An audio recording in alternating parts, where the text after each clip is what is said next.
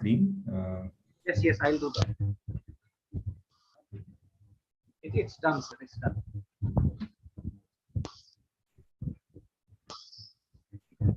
A very good afternoon, and a very good afternoon, and welcome back to post-lunch keynote session.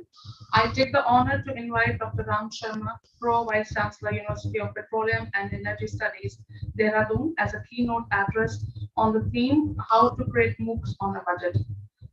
Allow me, sir, to introduce you to the audience. Dr. Ram Sharma has been driving academic transformation and innovation, internationalization, use of technology to solve access, quality, and equity-related issues across higher educational institutions. He has the expertise in setting up greenfield universities as well as transforming brownfield institutions. Professor Sharma has held leading leadership roles across organizations such as University of Petroleum and Energy Studies, Lakshya University, Shiv Nagar University, Amity University, and KPMG India. He has helped these institutions establish and transform verticals across curricular design, development, new product launches, teaching and learning, research, entrepreneurship and innovations, e-learning, and quality assurance, including strategic interventions and ranking and accreditation. Dr. Sharma has been Fulbright Scholar at the University of California, Berkeley, where he has worked on massive open online courses at Coursera and a Gurukul Fellow at the University of Oxford. I give you the session, sir. Session is all yours. Thank you. Thank you so much for your kind introduction. First of all, it's a pleasure to be amongst you, albeit virtually. I wanted to be there physically with all of you, but unfortunately, we had a foreign delegation who was visiting our university and I could not leave the station. Without taking much time, I would jump to the talk because I understand we might be short of time. I just realized this talk generally takes about 1.5 to 2 hours, but I would try to kind of quickly skip through some of the slides which I feel you may later on explore and figure out more about. And I'll kind of quickly try to give an overview of how exactly one can create an online course or a massive open online course without spending a lot of money. So that's why the title of the talk is Creating a MOOC on Budget. I think, this idea came, I was doing an online course through edX, which also had a similar title, How to Create a MOOC on Budget, which was created by a consortium of some of the European universities. And also while I was working at Coursera, some of my experiences I tried to build into this presentation. But predominantly, this talk is based on the MOOC course that I mentioned is available on edX. It's free, it's open, so all of you could also kind of take that course to kind of get the more details on it. But I tried to kind of abridge, summarize, and add few more things which were not really part of that course also. So quickly starting with the talk. So this is how I've tried to organize the talk. So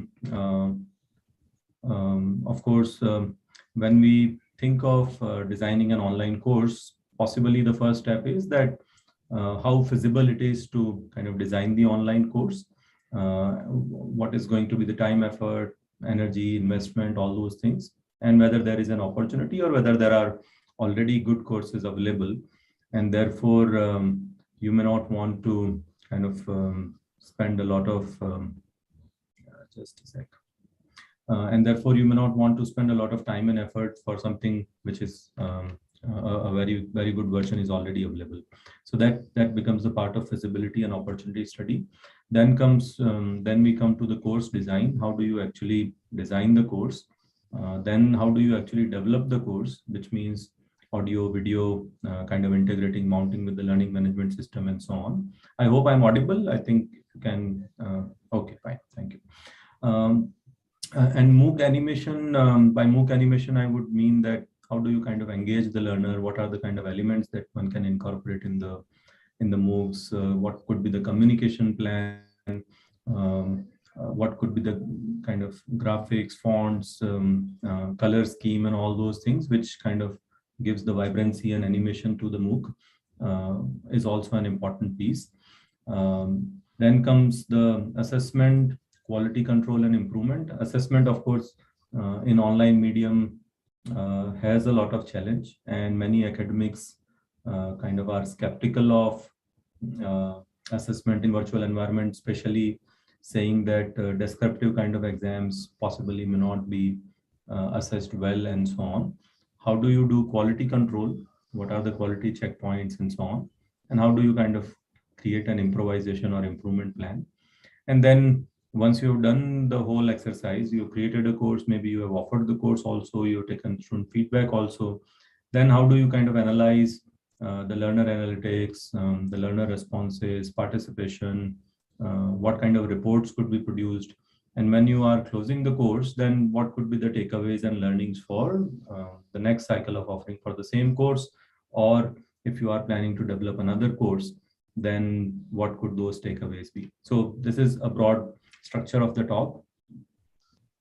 Now, I already alluded to some of these points, that why is it important to carry out a feasibility study like for any other project? If you are going to develop your time, effort, energy, and investment, then the first question one should ask is that, why should I do it? What resources are needed to develop the course? Whether I have those resources with me, whether the institution provides support to develop that online course, whether the tools that are required to develop are available, whether a studio is available. Very important thing, whether an online format is appropriate for that particular course. Maybe some courses may not be appropriate for an online format, though I mean, there are contrary arguments for that also, that there is nothing these days which cannot be taught online. But many people, for example designers, if you ask them that can a design course be taught online, many of them might want to argue that it cannot, because a lot of work with hands and touch and feel is required to be done. So one could also ask that question, whether online format is an appropriate format for the particular course. What's the return on investment? If you are planning to commercialize your course and offer it to a larger audience, then whether there'll be takers available, what kind of fee you can charge, what kind of investment is being proposed, and so on. So what's the ROI essentially?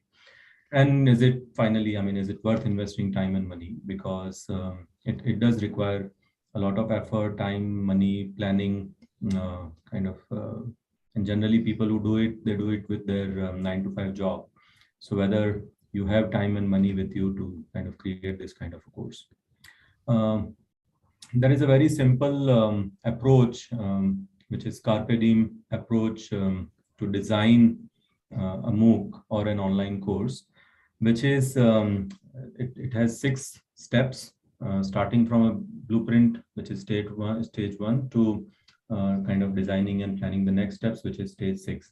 So essentially starts with blueprint. You can see the slide where it simply says that you start writing your goals, objectives, start writing learning outcomes, what is the mission and purpose of creating this course, what makes this course special, how should the look and feel of the course should be. You can see a computer and a mobile also, or a tablet also. So whether which platform is appropriate, what should be the design philosophy, whether the course, whether the content should be adaptable to kind of different devices and so on.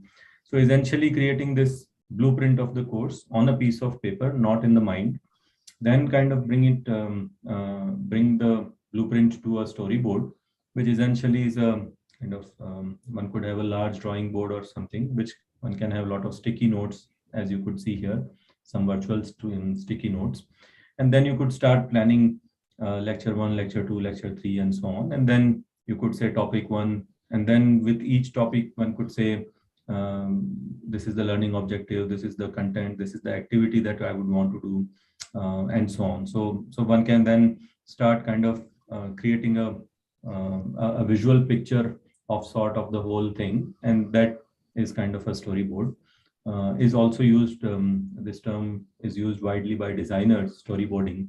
So any design thinking process, when they try to solve a problem, essentially kind of storyboarding is an essential part of that. And then also, if you see below topic 4, there is an assessment thing also. So essentially, while you are creating topic, learning outcomes, activities, events, pedagogical framework, and so on, you also inbuilt the assessment into that. Then once storyboard is ready, then maybe picking up one topic, let's say an introductory topic, and building a prototype, just to kind of see that what you have thought through thus far, how does that translate into into an actual course or a prototype of that course. And therefore, create some small bit of content, upload it on the platform, and see how does the content interact with the student, or whether it is making sense. Take some feedback also, which is the step 4. Once you develop the prototype, maybe go to your colleagues, maybe some target audience also. If you have certain students which you feel would be interested in that course, ask them to experience the prototype and give you the feedback as to whether it is making sense, what are some of the good attributes that should be carried forward through the course, what are some of the limitations that should be improvised, and so on. So that's the part of reality check. Once you have the reality check and the feedback, then kind of use that to improvise the prototype, review, adjust, and then kind of repeat kind of for every topic, and then the course is ready, so to say. There is another kind of a project plan, which also is important. Somebody has to do the project management also. If we are planning to create this on a budget, then of course the faculty member or the instructor has to do it himself or herself. But generally, in a large setup where there is a team working on course development, there are people like instructional designers, there are people like, of course, instructor is there. Then there are IT people and so on. So videographers and audiographers and all those people. So a team generally works, and therefore it's good to have somebody responsible for planning the whole project. And therefore this project plan essentially again involves broadly 3-4 stages. So one is, definition we have already discussed, that it is feasibility as well as opportunity kind of study. Then designing involves generally 3 components. One is the pedagogical design, which includes the lesson plans and animation plans and so on. And animation plan, as I mentioned, it's a kind of engagement plan in terms of animate the community. How do you energize the community and so on? So whether it could be through newsletters, whether it could be discussion forums, moderation, or live sessions, master classes, maybe creating social community outside the learning management platforms such as LinkedIn or Facebook or Instagram or whatever for the course, or even Twitter for that matter, essentially to keep the audience engaged. The other design is the technical design, which platform should be chosen, which learning management system, and so on. Whether to host videos on the learning management system or internal cloud storage of the institution, or to host the videos on the YouTube, which is open but which will not consume a lot of bandwidth for the institution, and so on. So they are all of those things are part of the technical design. And then the communication plan, essentially a graphical charter for the course, font size, color scheme, header, footers, all the, a full graphical flow of the course and the documents that would be part of the course, so that the course looks as one unit rather than a jumbled mix of a lot of different things, different colored documents, different font sizes, and so on, which kind of appears pretty awkward. So that's the graphical charter. And then the communication plan. So essentially creating communication. At what point would you want to send out those communications? Who are the key stakeholders? How frequently? At what point you would want to send reminders, and so on. So that's the kind of part of communication plan. And then the teaser, which is essentially to promote your course before that is launched, and therefore you could have more enrollments and so on. So this is part of the design phase. And then production involves several steps again. So essentially planning all the steps, and those steps are kind of written here somewhere. So you could have storyboarding and also parallelly writing the speech, because not sure how many of you have actually taken online courses, MOOCs courses, but if you actually are taking those courses, you would see that there is a script also that you can download. So while you are, while for example, I'm speaking for this talk, what I'm speaking can also be typed and kept it separately, so that in case somebody missed out on certain words or could not understand, they could download the script and then can read while they are watching the video. So it could be kind of help different styles of learning, different paces of learning, and so on. And then actually shooting the lectures and also incorporating graphics, producing graphics and incorporating the two things, which is mounting, that you incorporate your graphics, simulations, video lectures, and all those things. And then you integrate them with a learning management system. So that's the kind of flow of the production of the content. And then the animation of the community I've already touched upon, so I'm skipping this part. And then kind of closure of the project, which basically means that whether the project was successful once the learner is enrolled, what was the success rate, what was the completion rate, what is the learner analytics showing to you, in the sense how many students were engaging with the content, how many of them actually clicked on the video and watched them, and so on. And then maybe write down a brief report for the next cycle of the course. So kind of taking one, so again, I'll now touch upon each component in a sequential manner. So first come first, the course design. As I mentioned, there are three components: pedagogical design, technical design, and communication plan. So essentially, this is a good framework for course design, so to say, which is in short known as ASSURE model, ASSURE. And essentially each word is listed here in these circles. So A stands for analyze the learner's need, then state the objectives of the course, then select the appropriate method, media, material, and so on. Then utilize those media and materials. Then you require the learner to participate and engage with those medias and content. And then you finally evaluate whether it is working out well, and so on, take learner feedback, and then keep revising. So this is the kind of a model which is very simple as to how do you assess the learner's need and create a content which is responsive to what the learners want to learn. Well, this is a 10 minutes video. I've given the link here, which is how to write learning objectives using Bloom's taxonomy.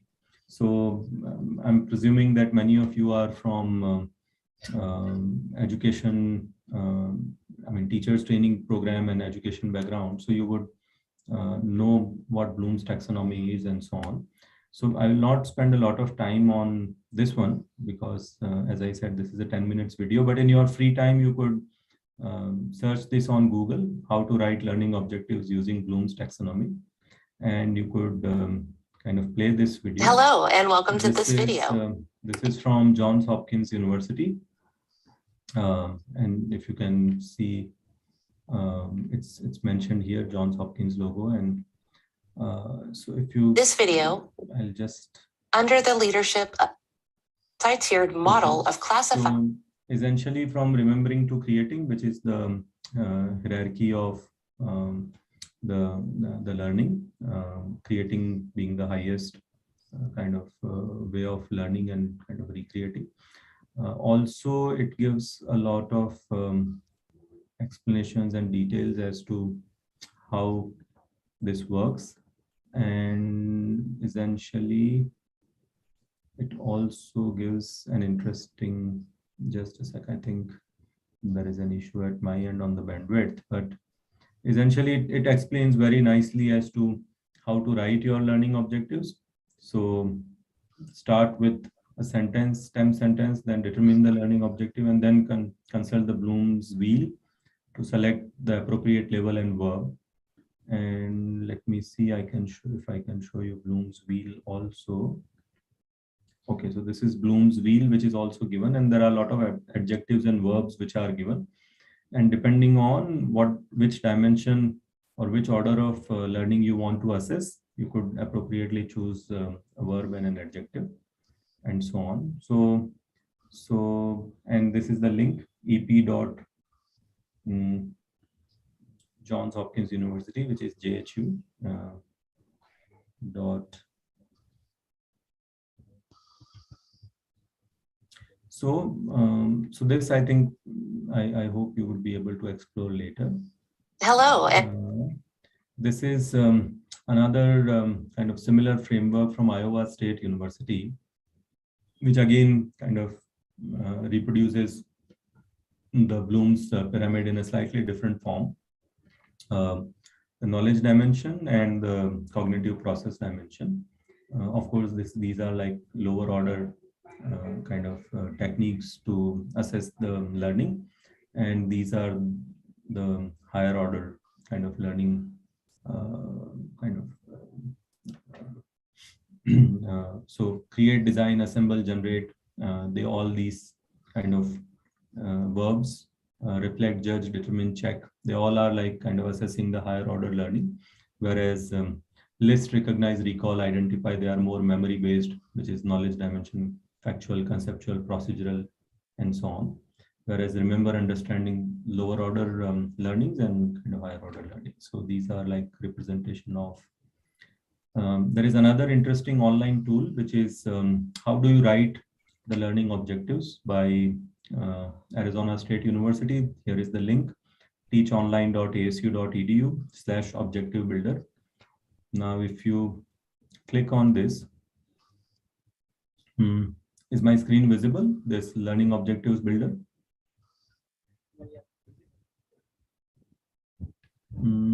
It shows, just a second.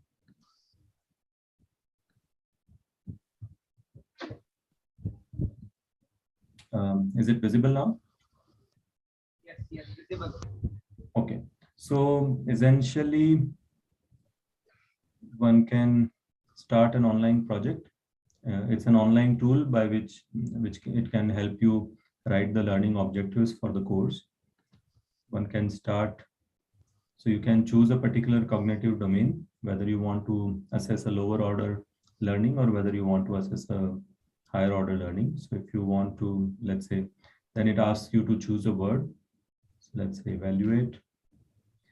And then here is how you write the learning objective, that by the end of this course module lesson, you would be able to evaluate and then describe what learners will do.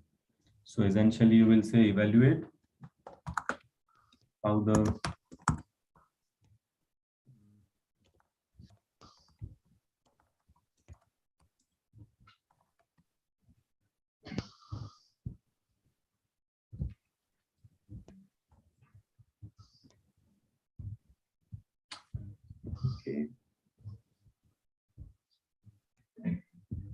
Okay, so by the end of this module, you would be able to evaluate how the atmospheric phenomena work. So this has become your one learning objective, and by this tool you can create, you can copy this, and then you can keep pasting on your kind of course handout, and you can keep creating new learning objectives depending on what do you want to assess and so on. So very simple but interesting tool which is available.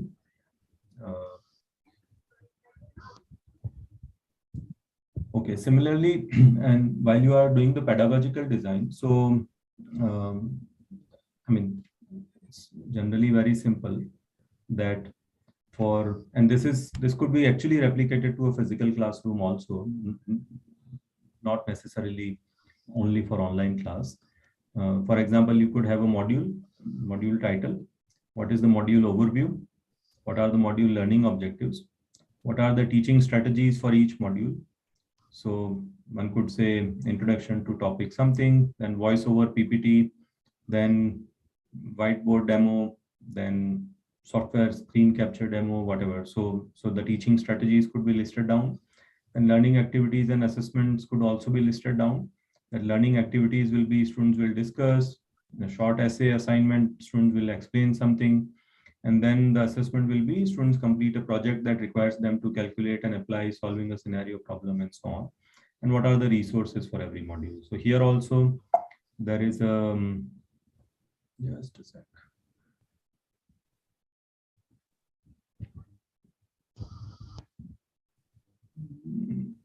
Just a second. Let me.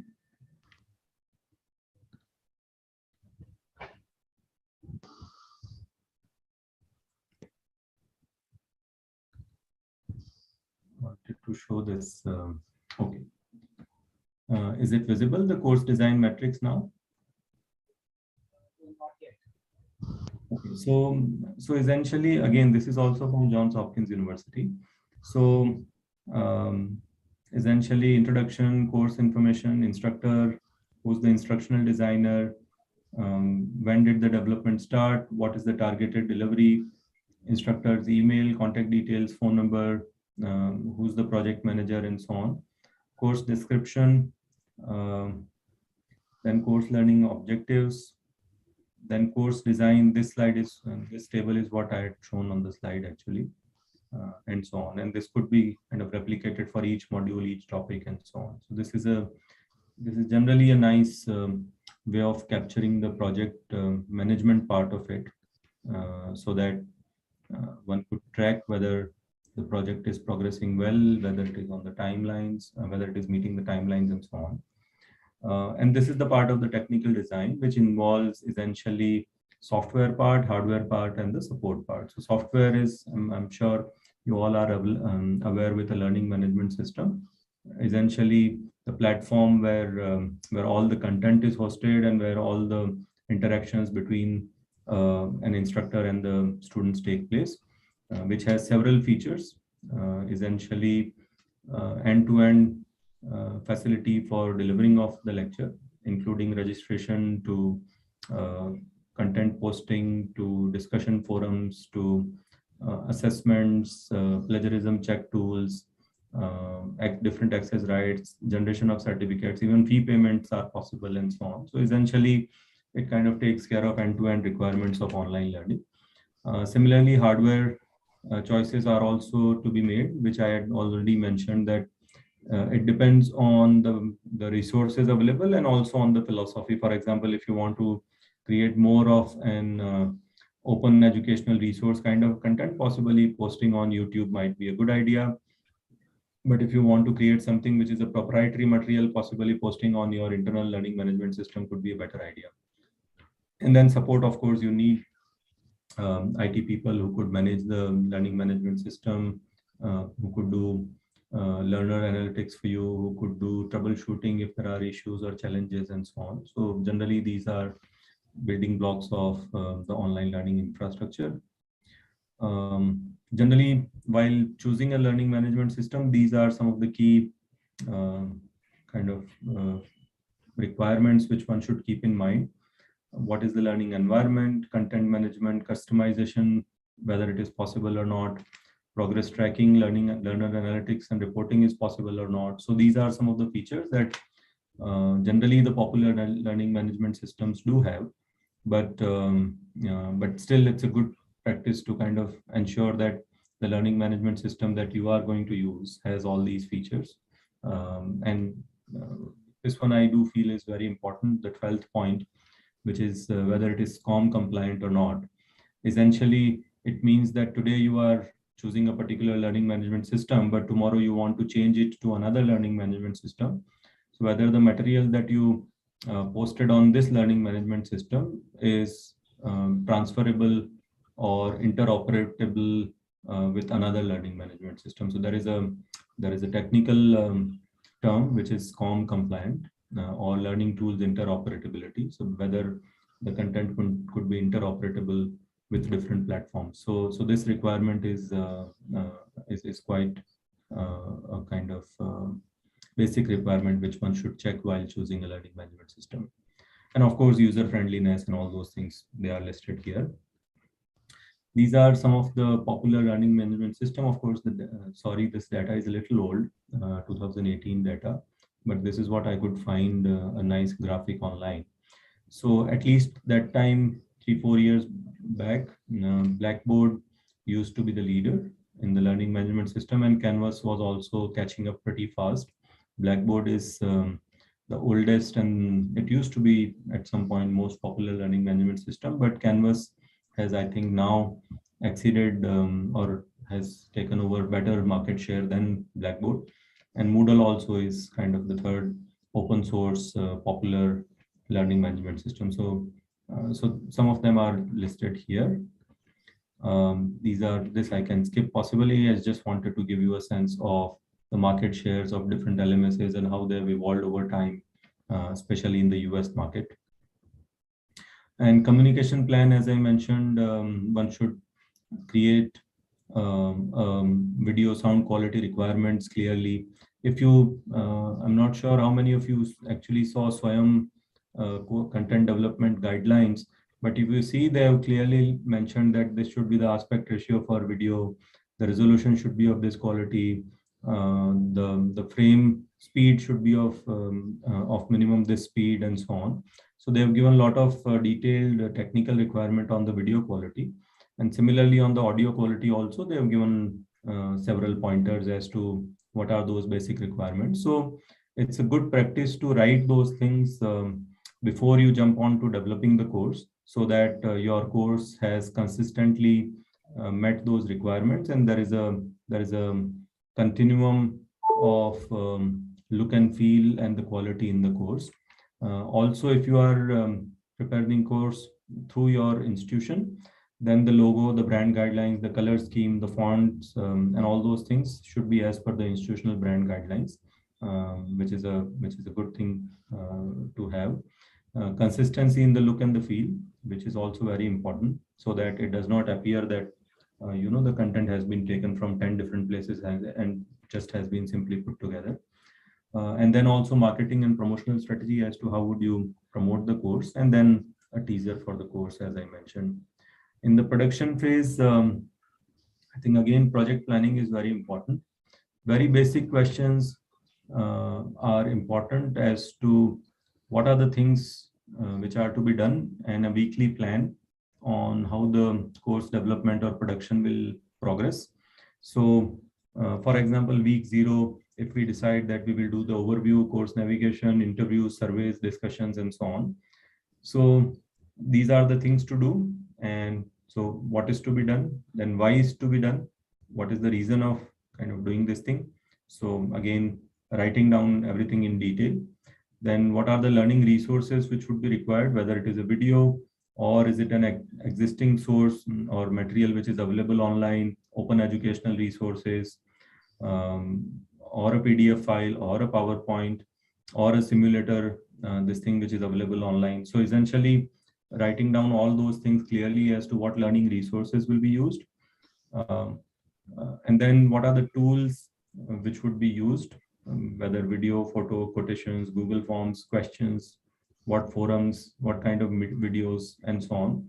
What would be the duration as to how long a learner would be required to spend the time, who will do it, when will this be done, where is this to be done. For example, if you are planning a recording, then you have to have the venues booked beforehand, so that when you are actually taking the instructor to shoot the film, then the venue is available, and so on. And then any other thing that you want to write in the comment section. So essentially this is a very broad a project management plan, which can really help you meet the timelines, visualize what you would want to do throughout the course development, and so on.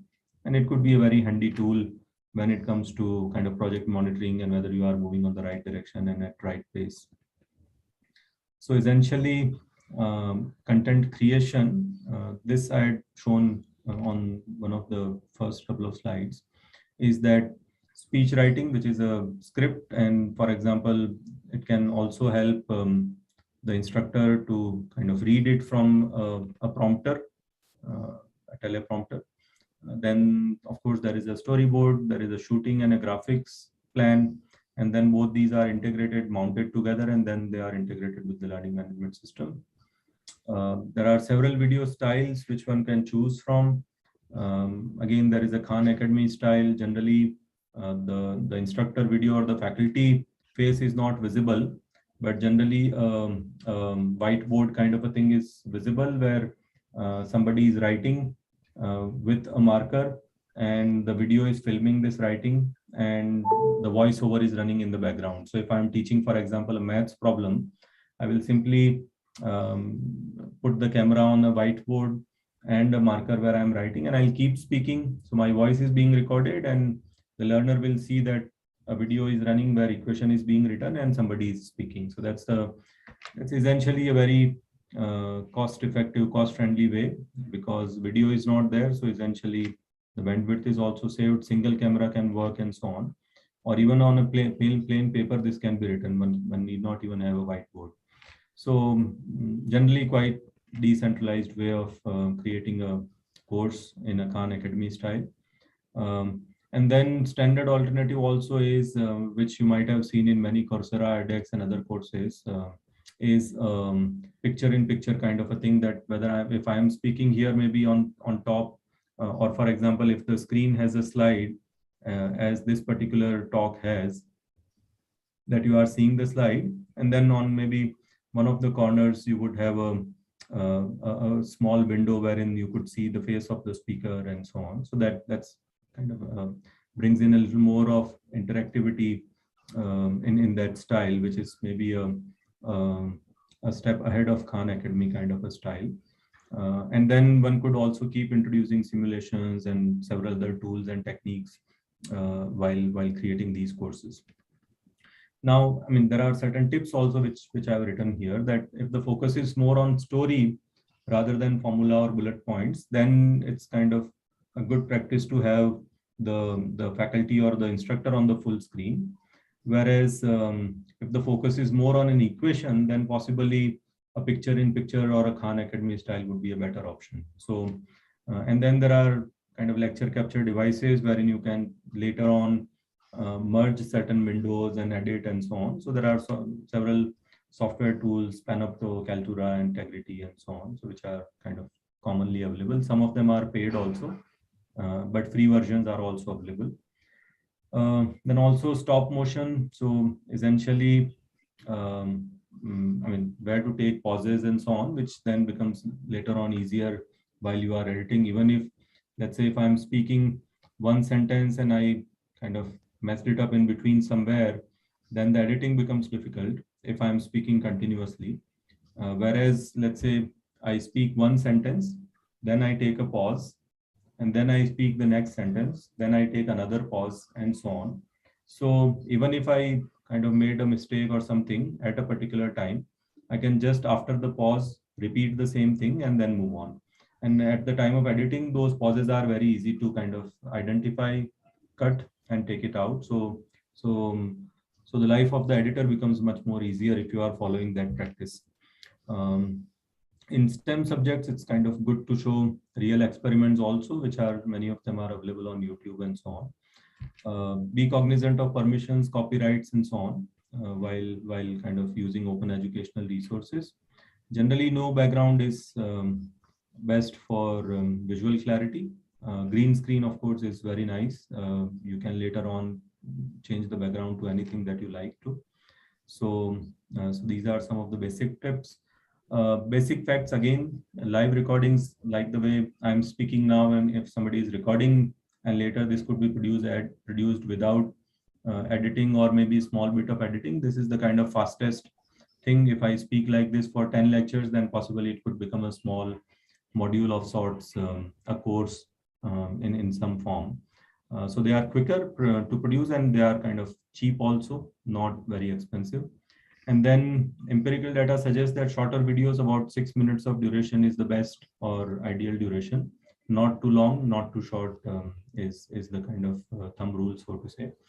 On the graphic design thing also, there are several basic tips. I mean, we can do it cheaply, but not necessarily have it look cheaply or cheap also.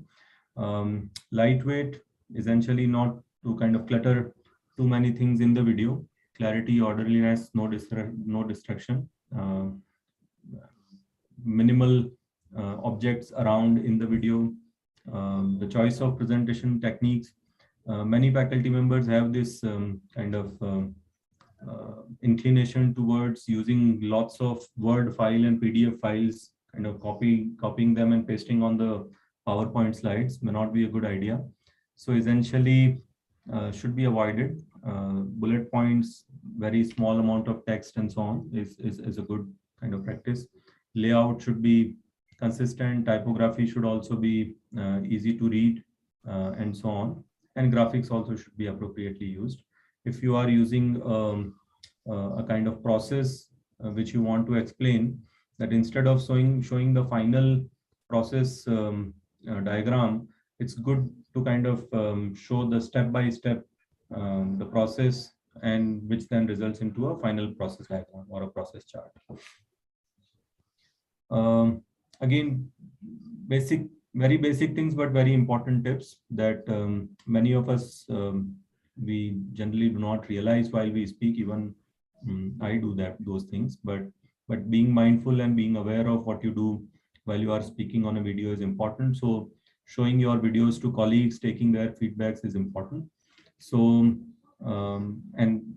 so these things are very hard to fix during the editing phase. Lip smacking,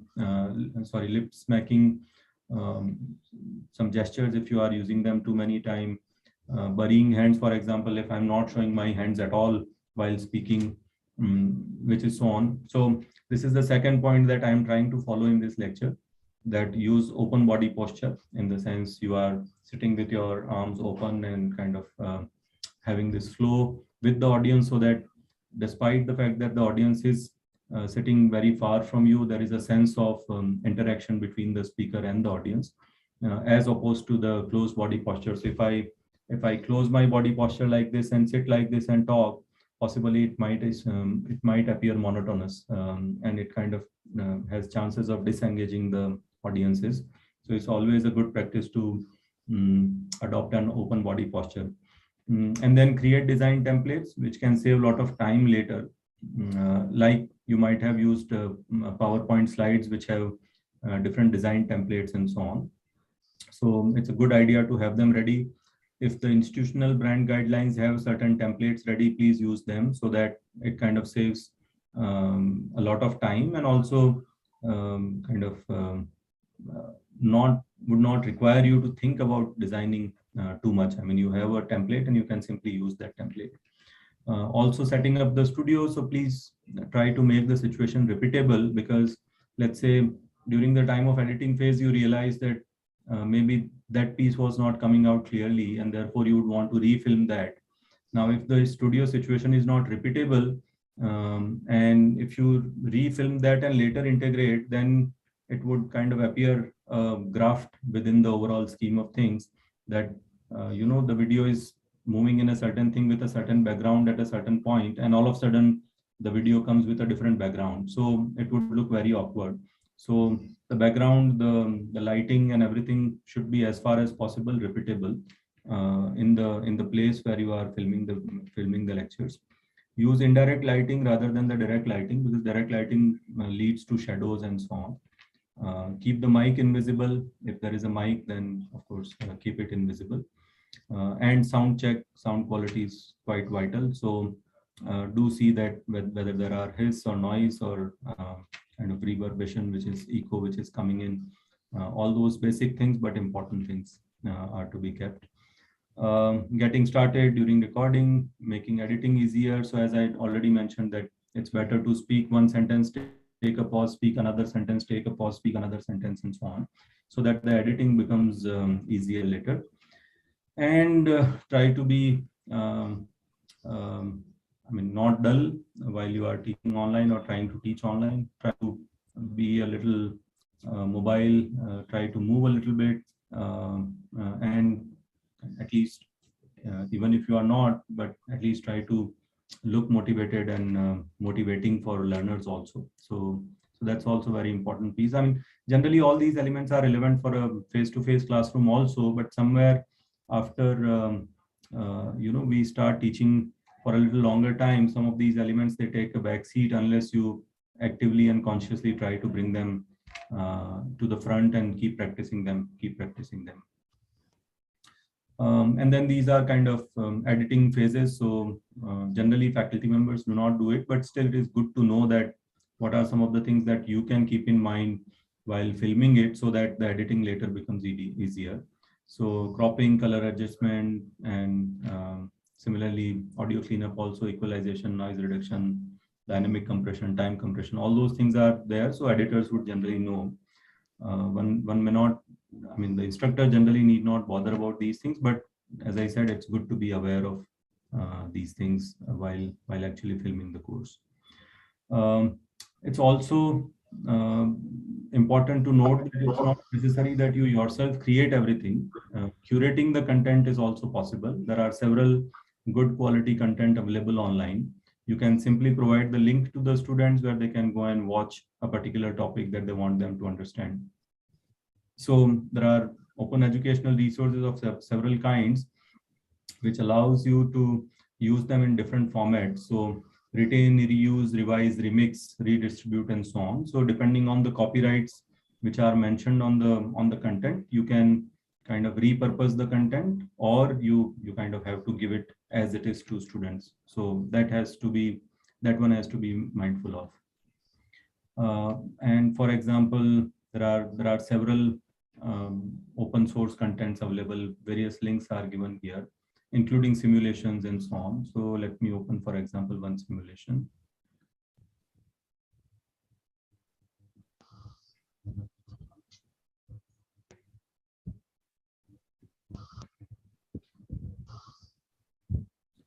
Okay, so this is one interesting platform that has been built by University of Colorado at Boulder. And these are like simulating experiments, simulators, so to say, essentially. And if you really want to create these things, then it takes a lot of time and effort. But if you just want to incorporate, you can provide the link into your lecture, because it is anyway open source content. And for example, let me choose this one, a diffusion. If you are teaching a diffusion to students, then you can simply explain it using the help of a simulator.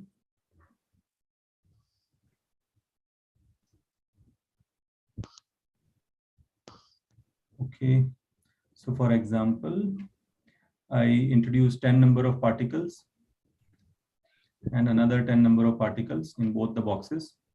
And then I can choose the mass, I can choose the radius of these particles, I can choose the initial temperature, and so on.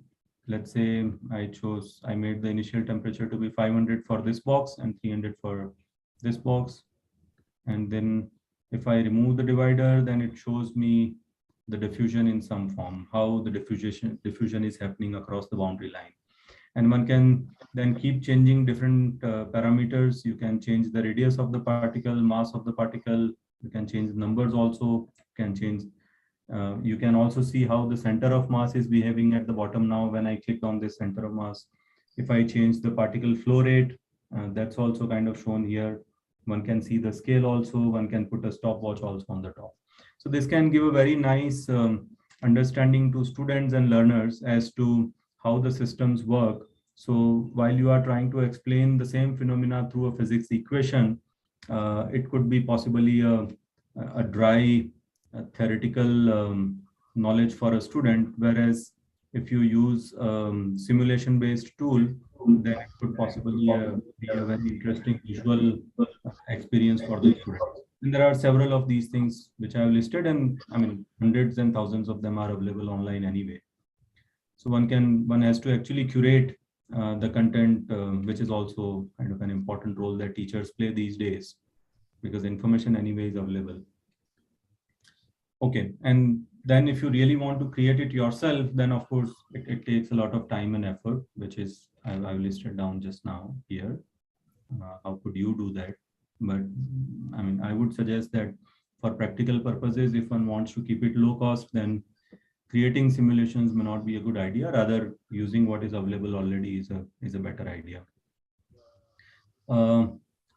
and then kind of student generated content also is an interesting topic of debate as to who owns the copyright of the content that the students generate while they participate in a course. I mean, generally, for example, in a physical university setting, if a student wrote a thesis or a paper and so on, the copyright belongs to the student. But in an online environment, for example, if I'm doing a course from Coursera and I submitted an assignment, I do not own the copyright for that assignment. So that's a very kind of peculiar thing, but one has to be a little bit mindful of who would actually own the copyrights and so on. Similarly, one has to be mindful of copyrights and licensing thing. Creative Commons is the licensing framework for open educational resources. I've given the links. One can kind of figure out and read more about it, what exactly it is. But essentially, when you see images and media on a search engine, let's say if you Google search something, normally on any picture or a presentation or a document, you would see if it is open access, then generally they would write one of these attributes. And so if attribute CC BY, for example, is essentially allows you to distribute, remix, tweak, build upon your original work, even commercially you can use. So for example, if you created a document and you posted it on Google and you said that you are making it open for the benefit of larger community, and the attribution that you are using is CC BY, and which basically means that you are allowing the rest of the world to build on your content, use your content in any manner they want, tweak it, repurpose it and something, and they can even commercialize that and make money out of it. So that's the most kind of free or benevolent kind of open educational resource. Whereas if you see this sign, essentially attribution non-commercial, no derivatives, essentially CC BY NC ND is most restrictive. It allows you only to download the original work and share it with the others, as long as you are crediting that this is the source from where it has been downloaded. You cannot change it, you cannot use it commercially and so on. So that's the kind of this, and between these two extremes, there are other kind of steps which are becoming for more free to the least free or least free to more free, whichever way you kind of want to move towards. Of course, assessment is a challenge. Retaining learners in online environment also is a challenge, and accreditations as of now is not out there, so to say. I mean, MOOCs are not accredited. I was with the chairman of NAC few days back, and I mean, he was mentioning that NAC possibly is coming up with a scheme scheme for accreditation of online courses also soon. And I mean, possibly he was seeking inputs and suggestions and so on. But the point is that so far accreditation is not there for most online courses. Learner retentions is a challenge because the major platforms like Coursera and so on, they have about 8% of 6 to 8% of completion rates, which basically means that if 100 learners are starting the course, only about 6 are completing it, which is very low. And assessment, of course, is a challenge. Academic integrity is a challenge. Cheating is, or it could be quite prevalent and so on. So essentially, this could be the plan that in every course there are, especially in the online environment, there are active learners, fence sitters, and casual learners. So essentially, the focus should be more on the active and the fence sitters, so to say, and casual learners anyway, because they are not seriously taking the course. They are possibly doing it for fun reason, or maybe they enrolled just out of excitement, but they are not kind of intending to complete the course anyway. So one could focus a little more on fence sitters and active learner, and these are some of the points that one could keep in mind as to how to engage with fence sitters especially. Active learners are like the best students in your class anyway. Whether you do something or whether you don't do something, they would generally be sincere, do their work on their own and do well anyway. But fence sitter is where you have to push them. Maybe you need to nudge them, encourage them, motivate them, and do whatever you can so that they kind of keep engaging with the content. So generally, the objective thing is very simple and straightforward. Every learner management system has kind of tools inbuilt to assess the objective questions. There could be multiple choice, multiple responses, short answer, hotspot questions, matching, etc. Several of those things are possible. But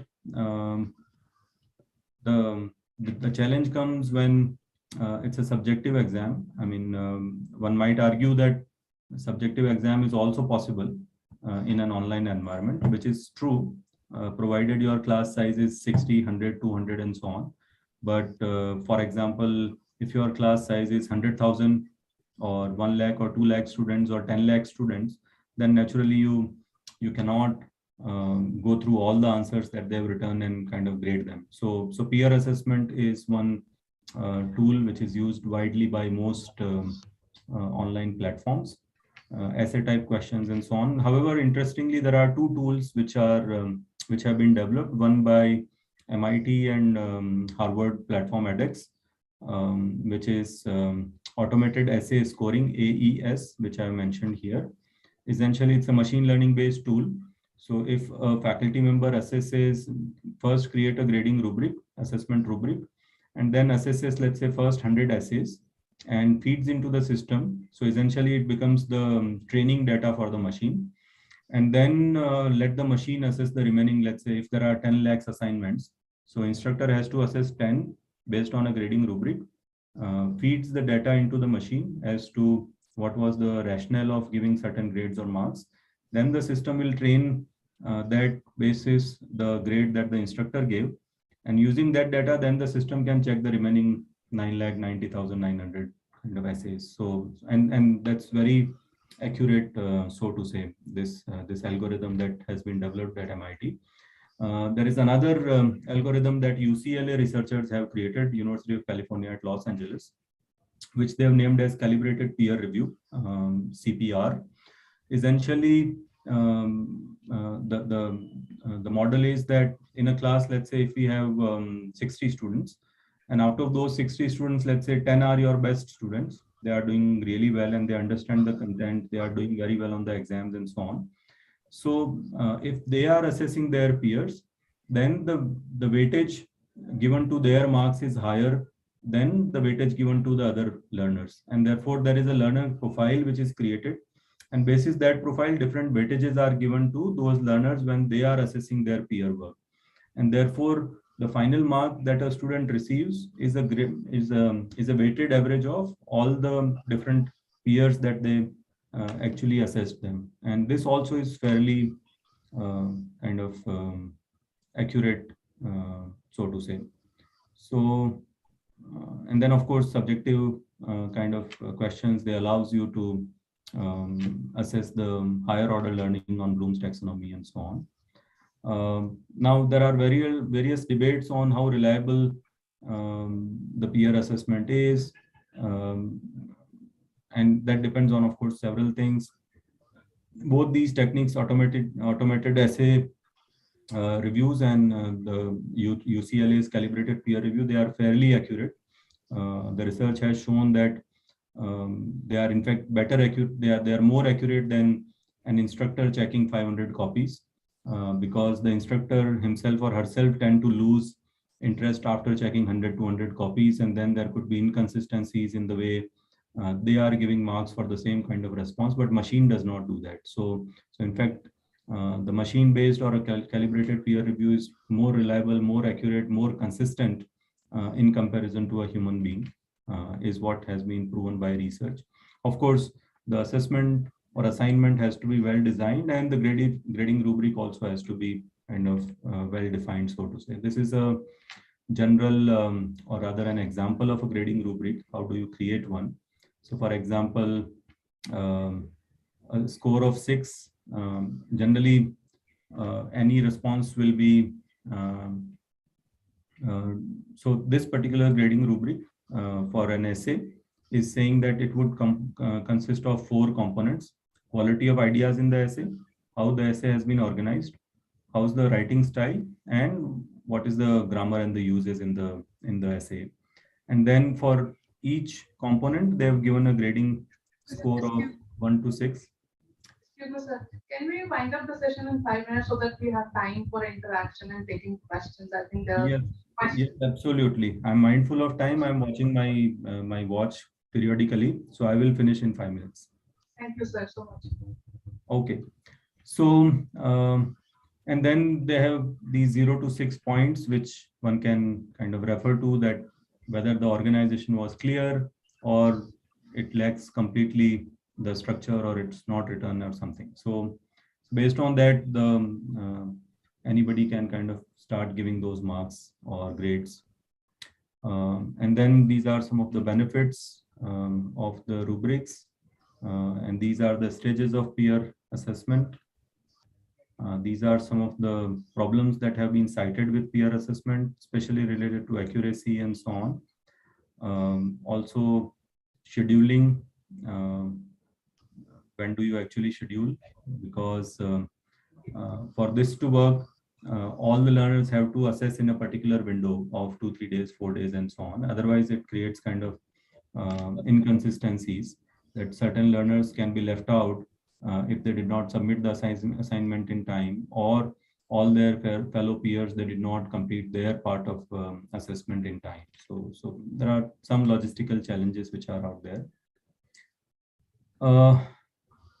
And then academic integrity. So there are several tools that have been developed now, which kind of proctors in an online mode. There are machine learning based tools also. There are physical proctors sitting online also, and so on. But still, there are instances of cheating which are reported once in a while. But still, I think it has made a lot of progress, especially since the onset of pandemic, where institutions were forced to move assessment online and examinations online. So several innovations have taken place over the last couple of years. But even before that, there were tools such as ProctorU, Examity, and so on, which are used commonly by the large online learning platforms. And then, of course, there are plagiarism checker tools such as Turnitin and so on, which could be integrated with the learning management system. And then while so we have finished the kind of development phase. While you are offering the course, then these are some of the important points to be kept in mind, that how do you keep the community engaged, which could be done either through a newsletter, periodic updates, discussion forums, live synchronous lectures, master classes, discussion forums, social media, and so on. Also, one can keep looking at the learners analytics as to which are the students who are engaging with the content frequently, which are the learners which are not engaging with the content at all, and so on, collecting feedback also periodically, and so on, and then appropriately taking remedial actions and kind of track the learners' progress. And then once you close the course, then kind of you analyze how successful was the course vis-a-vis the initial success plan which was thought of, and then document the good practices, challenges, and so on for the next cycle of the course offering. So thank you so much. I hope I've made some sense, and I hope I added some value to what you wanted to know or wanted to know a little more about online courses.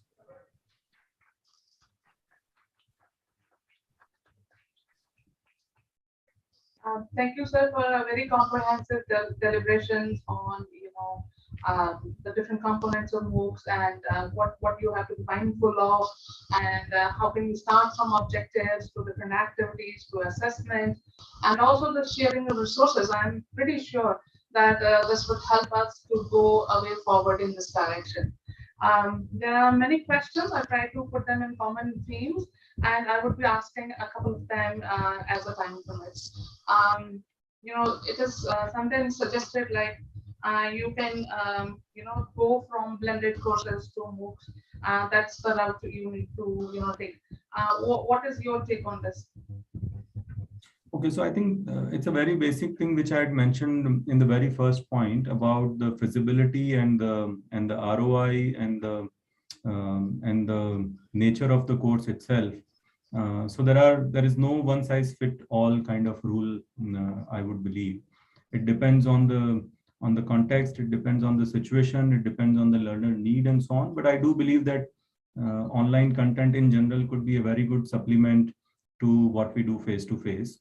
So a mix of the two, an appropriate mix of the two could always be beneficial for students. But then there are several things which can simply be created online for once and all, and then could be given to learners forever. So I think both the things have some merit. Thank you, sir. Another one is for the beginners, to reach to a wider population. Or I can say that how can you market your course? Marketing becomes a challenge if you're having on open platforms. So what are your suggestions for that? Okay, so I think that could be a topic for another talk someday.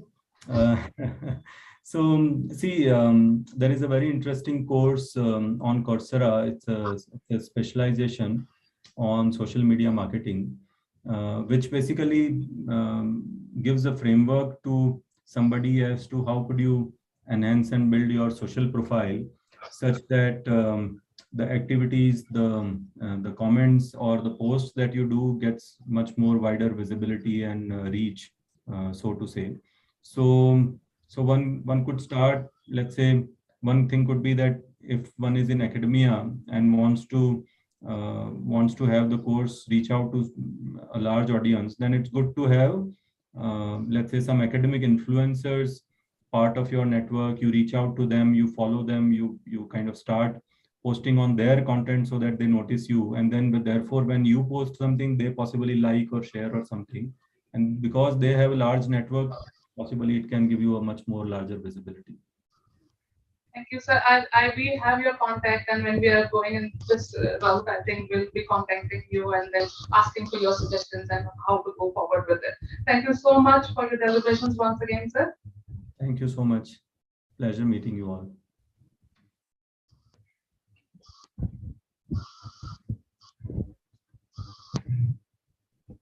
So thanks a lot, Dr. Ram, for this really interesting talk on developing MOOCs.